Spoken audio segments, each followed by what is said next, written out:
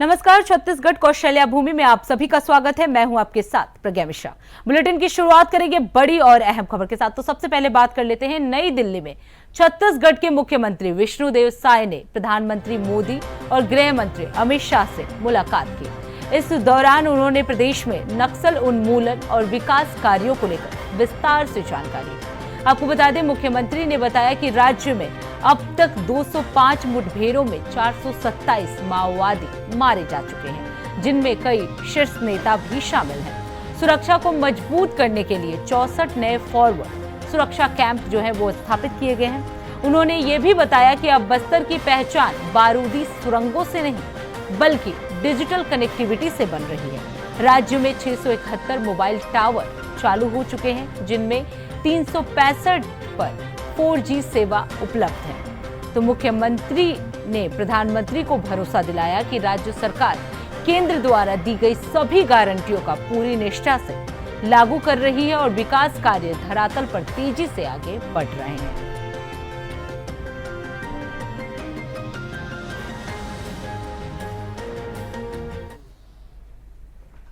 अब रुक करते हैं अगली खबर की। बीजापुर जिले में सुरक्षा बलों और नक्सलियों के बीच चल रही मुठभेड़ तीसरे दिन भी जारी है।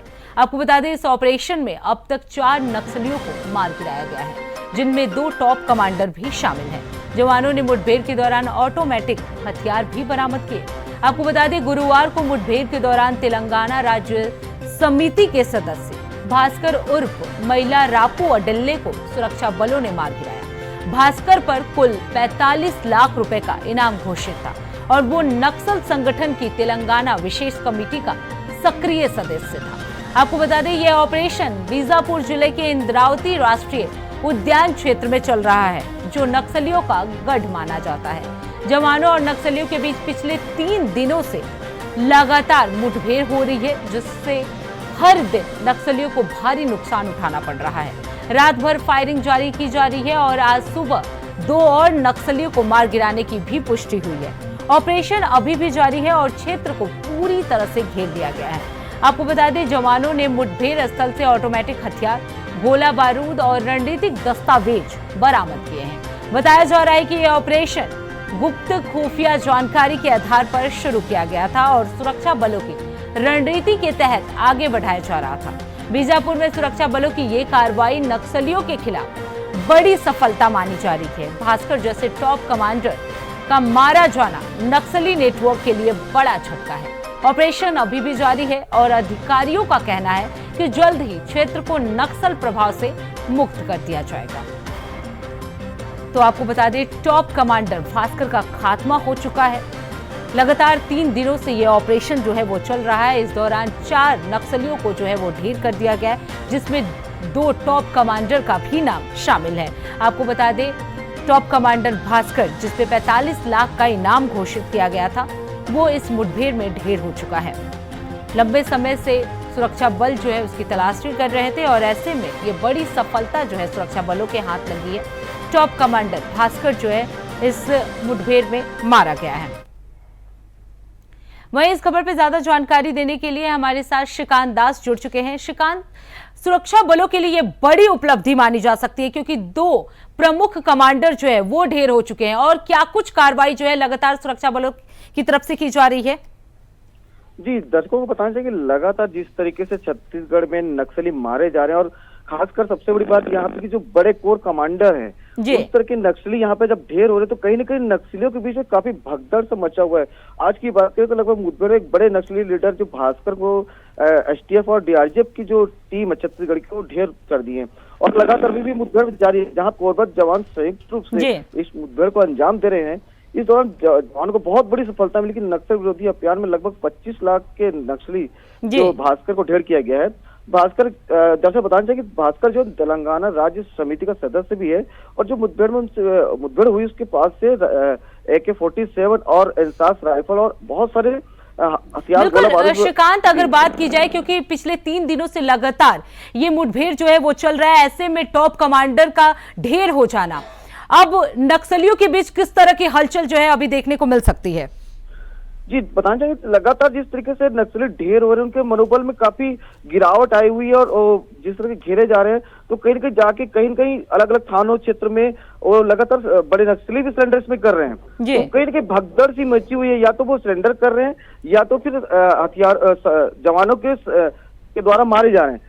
तो बड़े बड़े नक्सली जो है, मतलब जो कोर कमांडर कमेटी लेवल के, वो भी इसमें लगातार ढेर हैं। तो कहीं उनके बीच में मनोबल की बहुत कमी देखी जा रही है। और यहाँ पे बताना चाहेंगे खास बात ये कि लगातार जिस तरीके से फोर्स को छत्तीसगढ़ सरकार सपोर्ट कर रही है, उनका मनोबल काफी हाई है और लगातार इस तरीके की मुठभेड़ हो रहे हैं और वहाँ पे नक्सली मारे भी जा रहे हैं। जी बिल्कुल श्रीकांत, क्योंकि 3 दिनों से ये मुठभेड़ जो है वो लगातार जारी है, ऐसे में क्या उम्मीद जताई जाए, कब तक ये ऑपरेशन जो है वो चलता रहेगा?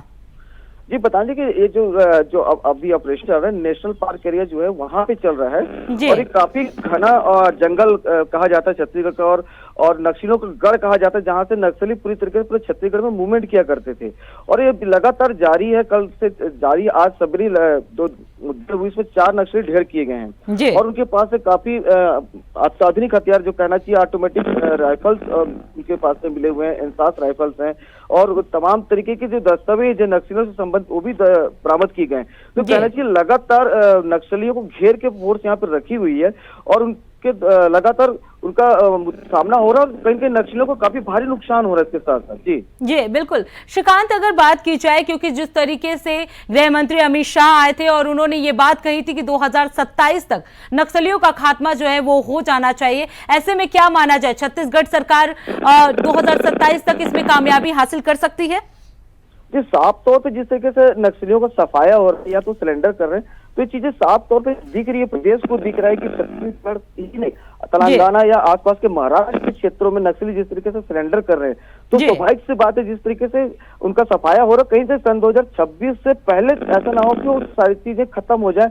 लेकिन इस तरह से जो टारगेट लेके केंद्र सरकार और राज्य सरकार जिस तरीके से चल रही है, और उसके साथ साथ केंद्र सरकार और राज्य सरकार ने भी एक घोषणा भी कर रखी है, किसी भी गाँव के अगर पूरी तरीके से नक्सल मुक्त होते हैं तो उस गाँव को बाकायदा 1 करोड़ डेवलपमेंट के लिए दिया जाएगा। साथ ही नक्सली अगर सरेंडर भी करते हैं तो उनके 25 लाख का लगभग उनको नगद राशि की भी भुगतान की जाएगी और साथ में उनके रहने का और लगभग 2 साल तक का जो पैसे दी जाएंगे, 2 साल तक का उनके खाने पीने का इंतजाम होगा। तो कहीं से सरकार उनके रहने से लेकर पुनर्वास तक की बात कर रही है और ये चीज हो भी रहा है, सबसे बड़ी बात यहाँ हो रहा है, तो जिससे नक्सली काफी प्रभावित भी हो चुके हैं। और जो बड़े कोर कमेटी कमांडर हैं, वो तो अगर वो सरेंडर करते हैं तो कहीं मनोबल और न टूटे करके, और छोटे कमेटी के लोग सरेंडर भी कर रहे हैं, बड़े कमेटी के सदस्य वो भी यहाँ पे सरेंडर कर रहे हैं। जी बिल्कुल श्रीकांत, अगर बात की जाए आज की, तो आज कितने नक्सली जो है वो ढेर हुए हैं? आज की बात की जाए तो शनिवार से जो सुबह से जो मुठभेड़ चालू हुई है, इसमें अभी बड़े जैसे भास्कर और जो है वो तेलंगाना कमेटी के, उसको मिलाकर लगभग 4 आज की तारीख में हो चुके हैं और कल भी मुठभेड़ था, कल में भी लगभग 2 नक्सली ठहरे हुए थे और पहले भी जो गुरुवार की बात करें तो एक बड़ा नक्सली जो कमांडर था, कोर कमांडर था, वो भी ढेर हुए। तो कहना चाहिए कि आज की डेट में सफलता बहुत मिली, क्योंकि जो भास्कर राव था वो लगभग 3 राज्यों में वांटेड था। श्रीकांत, जिस तरीके से टॉप कमांडर भास्कर, जैसा कि आपने बताया कि वो मारा गया है, अब ऐसे में क्या नक्सली नेटवर्क के लिए बड़ा झटका माना जा सकता है? बहुत बड़ा झटका, क्योंकि ये जो भास्कर और छोटा मोटा नक्सली नहीं था, उनके जो शिक्षा से लेकर के जो हथियार चलाने की ट्रेनिंग से लेकर के बम बारूद जो बनाया जाता था, जो आईडी लगाई जाती थी, उसके काफी मास्टर माइंड माना जाता था और ये ट्रेनिंग दिया करता था। तो कहीं ना कहीं जो भास्कर का नक्सलियों के जो बीच में मतलब मारा जाना, कहीं कहीं उनके बीच में काफी क्षति बिल्कुल श्रीकांत, अगर किसी ऑर्गेनाइजेशन के टॉप कमांडर्स मारे जाते हैं तो कहीं ना कहीं वो कमिटी जो है वो कमजोर नजर आती है। श्रीकांत, आप बने रहिएगा, आगे भी आपका रुख करेंगे। तो आपको रुख कर लेते हैं अगली खबर की। राजधानी रायपुर से एक अनोखी और चर्चित खबर सामने आई है।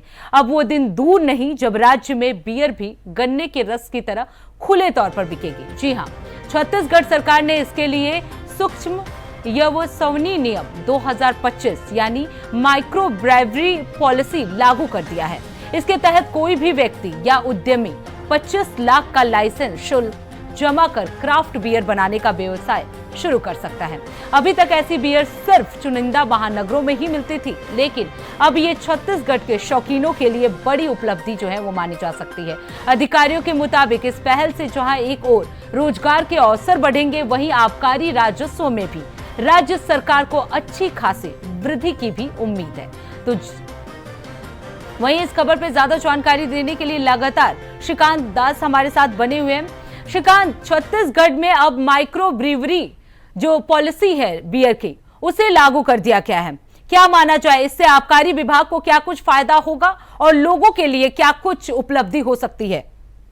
जी, दर्शकों को बताया जाए, जिस तरीके से छत्तीसगढ़ कहा जाए तो अब अल्कोहल के मामले में लगभग टॉप में आता है, तो सरकार भी इसको लेकर के पॉलिसी बना के रखी, जिसमें आम जो मतलब उत्पादक है, जो कृषक है, वो 25 लाख का लाइसेंस लेकर के जो क्रॉप होता है, जो तक फसल संबंधी, जैसे गन्ना हो गया, जिस तरीके से बाजरा हो गया, उससे जो बियर बनाने की, उत्पादन करने की वो लाइसेंस प्राप्त करता है। जो लाइसेंस होता है उसके द्वारा जब वो उत्पादन करता है तो उसे खरीदने की जो जवाबदारी है वो राज्य सरकार वहाँ पे अपनी बहुत बड़ी भूमिका निभाएगी, जिससे मतलब आम किसान को भी फायदा होगा इससे, और उनके आमदनी में भी फर्क पड़ेगा। तो कहीं ना कहीं अगर देखा जाए तो जो आज से पहले कहा जाता था, बहुत सारे राज्यों में या बड़े उद्योगपति ही इस तरीके की जो बनाने की, बेवरेज बनाने की, जो बियर बनाने की जो फैक्ट्री डाल सकते थे, लेकिन छत्तीसगढ़ सरकार का एक अलग ही मतलब इसमें देखा जा रहा है कि आम जो किसान नागरिक हैं उनको भी अब इस इंडस्ट्री में लाने की तरफ कहा जाए तो बहुत बड़ी उपलब्धि। बिल्कुल श्रीकांत, क्या इस पॉलिसी के जरिए राजस्व और रोजगार में भी बढ़ोतरी देखने को मिलेगा?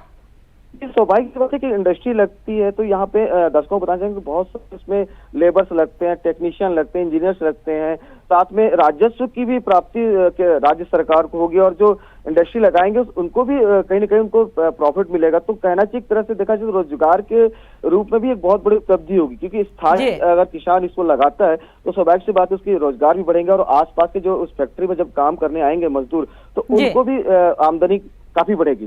जी बिल्कुल श्रीकांत, अगर बात की जाए लाइसेंस की, तो लाइसेंस लेने के लिए पात्रता क्या कुछ होगी? इसमें रहेगा कि पात्रता में बहुत ज्यादा उसमें डिमांड नहीं किया गया कि आपके पास इतनी पूंजी होनी चाहिए, साथ में आपको जहाँ पे इंडस्ट्री लगाना चाहते हो वो इंडस्ट्री मतलब खेती से थोड़ा दूर रहे, और आपके पास पर्याप्त जमीन होना चाहिए, और जो जिस इंडस्ट्री में जो उपयोग होना रॉ मटेरियल वो आपके आसपास के क्षेत्र में उत्पादन होना चाहिए, साथ में आप भी उसको उत्पादक हो, तभी ये लाइसेंस आपको दिया जाएगा, और काफी सरल पद्धति इसमें रखा गया है। जी बिल्कुल श्रीकांत, क्योंकि सिर्फ कुछ चुनिंदा जगहों पर या चुनिंदा महानगरों में ही इस तरह की पॉलिसी को मंजूरी दी जाती है, ऐसे में छत्तीसगढ़ को ये मंजूरी मिली है, इसके क्या मायने निकाला जाए? जी, साफ तौर पे जिस तरीके से बीजेपी की सरकार अभी बनी है यहाँ पे, लगभग 1.5 साल से थोड़ा सा ज्यादा हो रहा है, तो जिस तरीके से आगे छत्तीसगढ़ बढ़ सके, अभी नक्सली की बात करें तो वो छत्तीसगढ़ में भी नक्सली लगभग खत्म होने के कगार पे, तो कहीं के राज्य सरकार की मंशा है कि किसी भी तरीके से हम विकसित राज्य जैसे बड़े महानगर। श्रीकांत, ये बड़ी उपलब्धि जो है वो छत्तीसगढ़ सरकार के लिए मानी जा सकती है, क्योंकि इससे राजस्व में बढ़ोतरी जो है वो देखने को मिलेगा, जिससे लोगों को रोजगार मिलेगा और फाइनेंशियल सेक्टर में छत्तीसगढ़ जो है वो ग्रोथ कर पाएगा। बहुत बहुत धन्यवाद श्रीकांत इस खबर पर विस्तार से जानकारी देने के लिए। अब रुक कर लेते हैं अगली खबर की। बलौदाबाजार जिले में शिक्षक युक्ति युक्तकरण को लेकर जिला कलेक्टर दीपक सोनी और जिला शिक्षा अधिकारी हिमांशु द्विवेदी ने प्रेस वार्ता कर महत्वपूर्ण जानकारी साझा की है। कलेक्टर ने स्पष्ट किया है कि इस प्रक्रिया का उद्देश्य केवल शिक्षा व्यवस्था को सुदृढ़ करना नहीं, बल्कि किसी शिक्षक या समुदाय को असुविधा देना नहीं, बल्कि उन्होंने ये बताया कि नगरीय क्षेत्रों में शिक्षक अधिक हैं, जबकि ग्रामीण और दूरस्थ इलाकों में भारी कमी है, और इसी को देखते ये नियम जो हैं वो बनाए गए हैं, जिससे छात्रों की शिक्षा पर प्रतिकूल असर ना पड़े। इस असंतुलन को दूर करने के लिए ही विशेषज्ञ शिक्षकों की तैनाती और छात्र शिक्षक अनुपात को संतुलित किया जा रहा है। ये पूरी प्रक्रिया शिक्षा का अधिकार अधिनियम 2009 और राष्ट्रीय शिक्षा नीति 2020 के अनुसार लागू की जा रही है, ताकि गुणवत्तापूर्ण और समान शिक्षा हर छात्र तक पहुंच सके।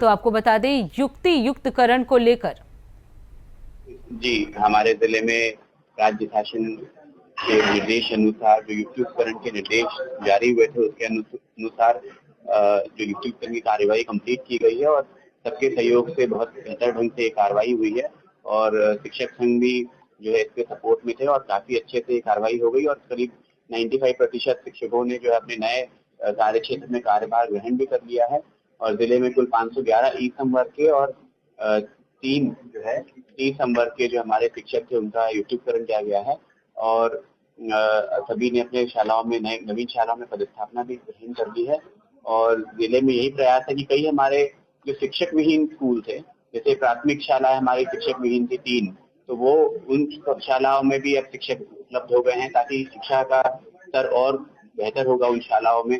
इसी तरीके से माध्यमिक शालाएं हमारी जो थी वो 4 थी जो शिक्षक विहीन थी, तो वहाँ पे भी जो है अब शिक्षक उपलब्ध हो गए हैं। तो जिले में ओवरऑल शिक्षा की गुणवत्ता बेहतर हो, इसके लिए ये एक सार्थक पहल सिद्ध होगी और जिले में शिक्षा के क्षेत्र में बेहतर कार्य करने के लिए जिला प्रशासन और शिक्षा विभाग प्रयासरत है।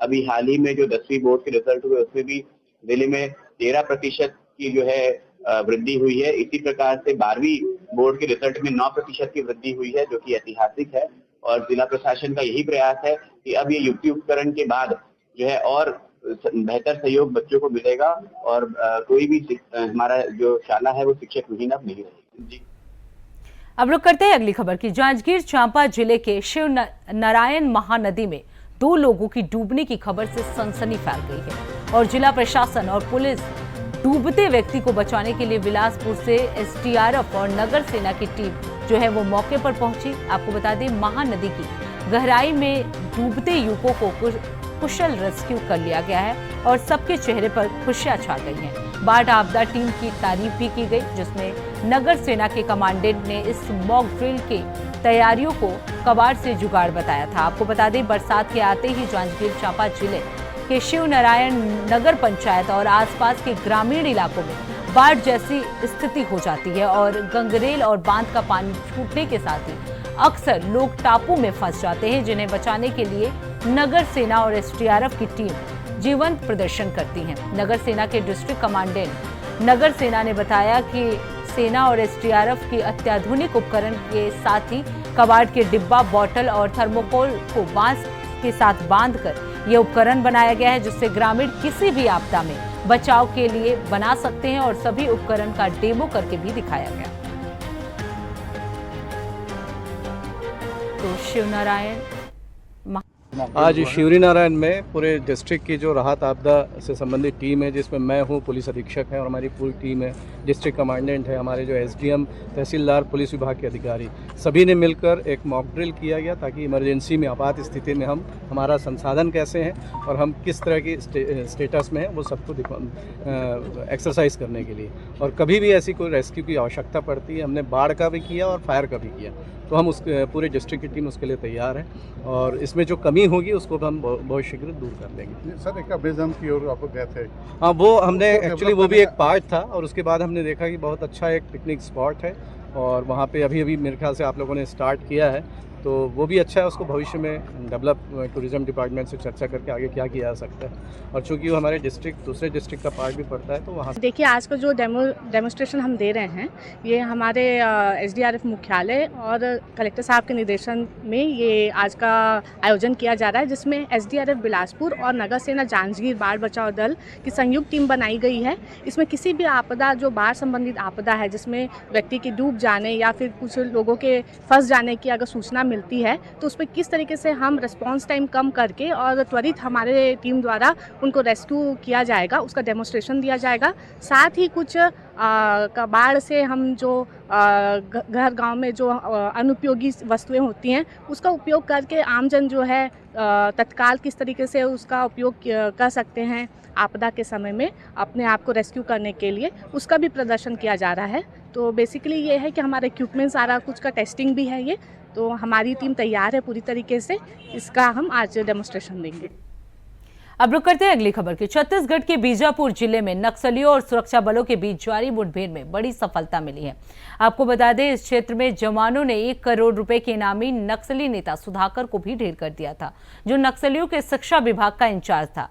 वहीं आपको बता दें, मुठभेड़ में तेलंगाना समिति के सदस्य और 25 लाख के इनामी नक्सली भास्कर को भी सुरक्षा बलों ने मार गिराया। मुठभेड़ में AK-47 सहित भारी मात्रा में हथियार और विस्फोटक जो है वो बरामद किए गए हैं। आपको बता दें, इस अभियान में DRG, STF और कोबरा की संयुक्त टीम सक्रिय है जो नक्सल उन्मूलन के लिए निरंतर काम कर रही है।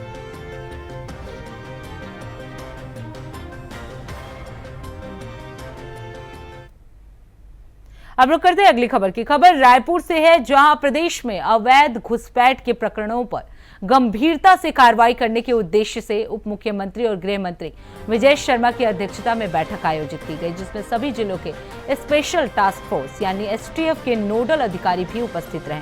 बैठक में उप मुख्यमंत्री शर्मा ने कहा कि केवल कुछ सीमावर्ती जिलों में ही नहीं बल्कि समूचे प्रदेश में इस विषय को अत्यंत संवेदनशीलता से लिया जाना चाहिए। उन्होंने दो टूक कहा कि हम प्रदेश को घुसपैठ का शिकार नहीं बनने देंगे। उन्होंने अधिकारियों को इस कार्य को सिर्फ एक रूटीन ड्यूटी न समझते हुए इसे राष्ट्र और समाज की सुरक्षा से जुड़ा अत्यंत गंभीर उत्तरदायित्व मानकर पूरी निष्ठा से करने के आदेश दिए। उप मुख्यमंत्री ने घुसपैठियों के विरुद्ध कार्रवाई में दुर्ग जिले में अच्छे कार्य करने के लिए उन्हें बधाई भी दी। प्रावधान है एसओपी आप देखेंगे, अगर ऐसा होता है कि उसी ट्रैक पर 3 बार हो गया और कार्यवाहियाँ उचित नहीं हुई हैं तो फिर उन पर विभागीय कार्यवाही भी की जाएगी। देखो भाई, ये भाजपा है, उनको अपनी सरकार का ध्यान है। वो जो करते हैं, जैसी उनकी कल्पना है, जैसा वो सोचते हैं वैसा वो बोल रहे हैं। मेरा इसमें बड़ा स्पष्ट मानना है कि बहुत सारी व्यवस्थाओं को नियमित करने के लिए अगर थोड़े दिनों का छूट है तो कर लिया जाए, वो ठीक है। ये सोचना तो उनको अपनी सरकार का ध्यान आ रहा होगा। सर, जैसे आपने कहा कि घुसपैठ जो है वो कांग्रेस के वोट बैंक है, जब दीपक बैद कह रहे हैं कि विधानसभा लोकसभा चुनाव बीजेपी ने जीता है और आरोप हमारे ऊपर लगा रहे हैं कि वो वोट बैंक नहीं, वो तो करते हैं ना, वो तो वोट बैंक बनाते हैं अपना, और इसीलिए इस दिशा पे कोई कार्यवाही नहीं करते हैं। क्यों नहीं किया 5 सालों में कोई कार्यवाही? क्यों खुला ऑफर रखा लोगों को आने के लिए? क्यों ऐसा करते हैं ये लोग? वो करते ही हैं। आप जीते हैं, हम तो और जीतेंगे। अभी अगले आने वाले 10 साल की सरकार छत्तीसगढ़ में भाजपा की होगी, इसमें कोई संशय नहीं है। उनको ध्यान रखना है इस बात का। हाँ, अच्छा, विपक्ष का धर्म निभाएं, बहुत अच्छी बात है, लेकिन अपनी पॉलिसीज ठीक करें। उसको पॉलिसी में ये ज़रूर ठीक करना होगा कि अगर बाहर के लोग हैं तो उनको बाहर का रास्ता दिखाया जाए। पंचायतों को ही चलाना है उसको, और पंचायतें ही चला रही हैं, उसमें कोई विषय थोड़ी है। हाँ, उसमें गोबर खरीदी वगैरह का जो घोटाले वाला इनका सिस्टम था वो बंद किया गया है। गोबर खरीदी कैसे हो रहा था? एक ठो गाय कितना गोबर दे रही थी, जितना कि लालू जी के गाय ने चारा नहीं खाया था उससे ज़्यादा यहाँ की गाय ने गोबर दे दिया था। तो ऐसे प्रकरणों को तो बंद करना ही पड़ता है। अब रुक करते हैं अगली खबर की। खबर रायपुर से है, जहां क्लब से निकलकर महादेव घाट पर लड़के लड़कियों ने शराब पीकर काफी हंगामा मचाया। स्थानीय लोगों के साथ झड़प और मारपीट की। आपको बता दें, कुछ दिनों पहले कोरबा में भी लड़के लड़कियों ने इसी तरह शराब पीकर स्कॉर्पियो चालक से बदतमीजी कर तोड़फोड़ की थी। छत्तीसगढ़ में अब ये सिलसिला जो है वो आम हो गया है।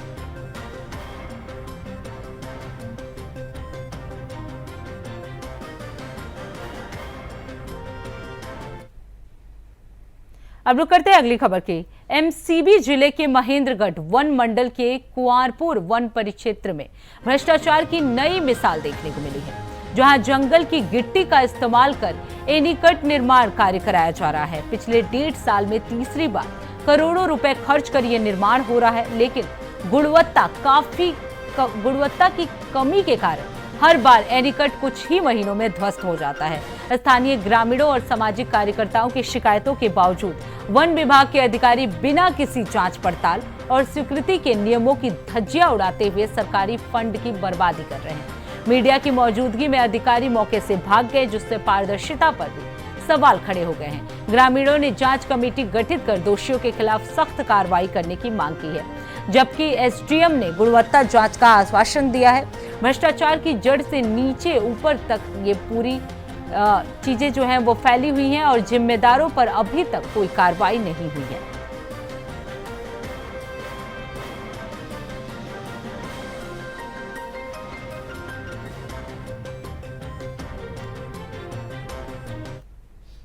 तो फिलहाल छत्तीसगढ़ कौशल्या भूमि में इतना ही। देश दुनिया की तमाम बड़ी खबरों के लिए देखते रहिए इंडिया वॉइस। तब तक के लिए नमस्कार।